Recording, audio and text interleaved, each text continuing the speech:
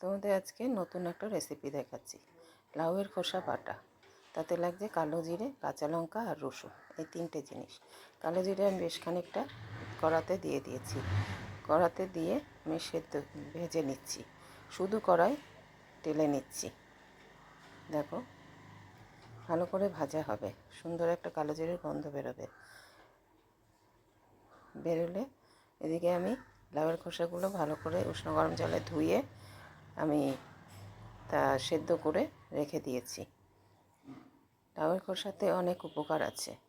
লাউ খাও সবাই, কিন্তু খোসা কি খেয়েছো কেউ? দেখো, আমি কালো জিরেটা এবারে মিক্সিতে গুঁড়ো করে নিয়েছি, মিহি করে গুঁড়ো করে নিয়েছি।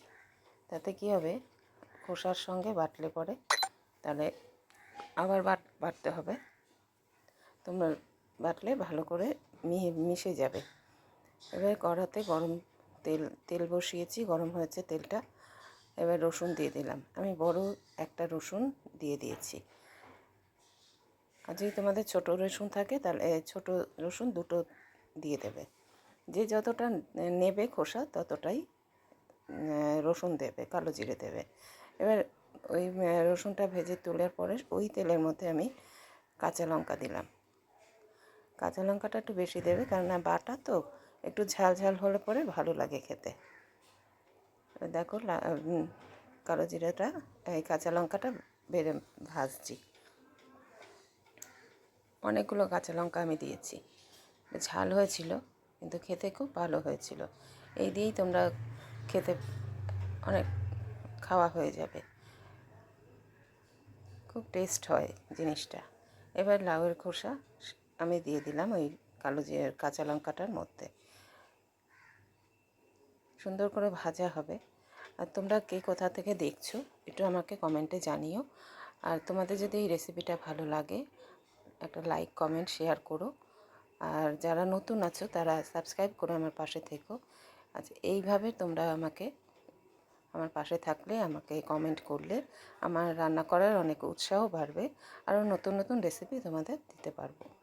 হলুদ দিয়ে দিলাম, নুন দিয়ে দিলাম। এবারে দেখো, একে একে সব দিয়ে এবারে ভাজবো, সুন্দর করে ভেজে নিতে হবে। সব সময় তরকারি আমরা খাই, খেতে ভালো লাগে না। অনেক সময় জ্বর, সর্দি, কাশির মুখ হয়, তাতে কি হয়, ভালো লাগে না, তখন এই বাটা খুব ভালো লাগে। ভেজে নিচ্ছি, দেখো সুন্দর ভাজা হয়ে গেছে।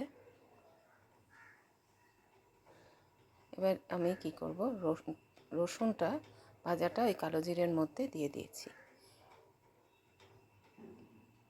এবারে আমি ওই লাউয়ের খোসা ভাজাটাও মিক্সির মধ্যে দিয়ে দেব। দেখো, সুন্দর ভাজা হয়েছে। এইভাবে তোমরা করে খাবে, খুব ভালো লাগবে। এবার আমি সব মিক্সিতে নিয়ে নিয়েছি, একটু ঠান্ডা করে নেবে, নিয়ে বাটবে। এবার কড়া বসিয়ে দিলাম, আবার কড়াতে তেল দিলাম।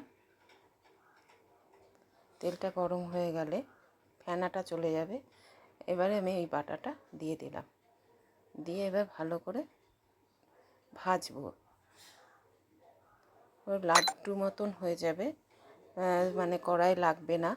সেই অবস্থায় তোমরা তখন বুঝবে যে তোমাদের ভাজাটা হয়ে গেছে। দেখো, সুন্দর ভাজছি, তোমরা দেখতে থাকো। এই যে কড়াই লেগে যাচ্ছে, সেই লেগে থাকবে না, তখন বুঝবে যে হয়ে গেছে সম্পূর্ণ রেসিপিটা। ভাজছি, ভাজাটা একদম সুন্দর একটু লাল লালও হবে।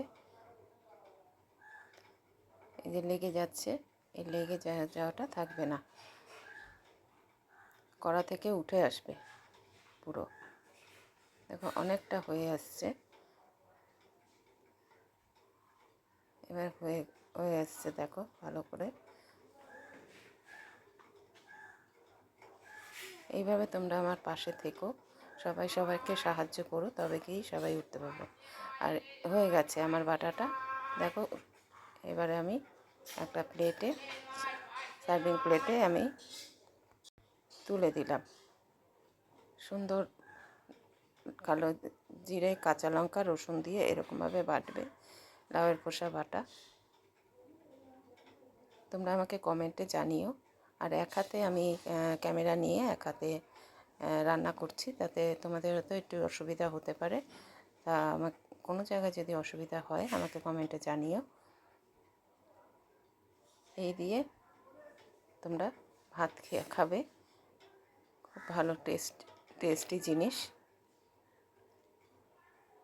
সবসময় ডাল ঝোল তরকারি ভালো লাগে না। সুন্দর হয়ে গেছে। আমার পাশে থেকেও সাবস্ক্রাইব করতে ভুলো না।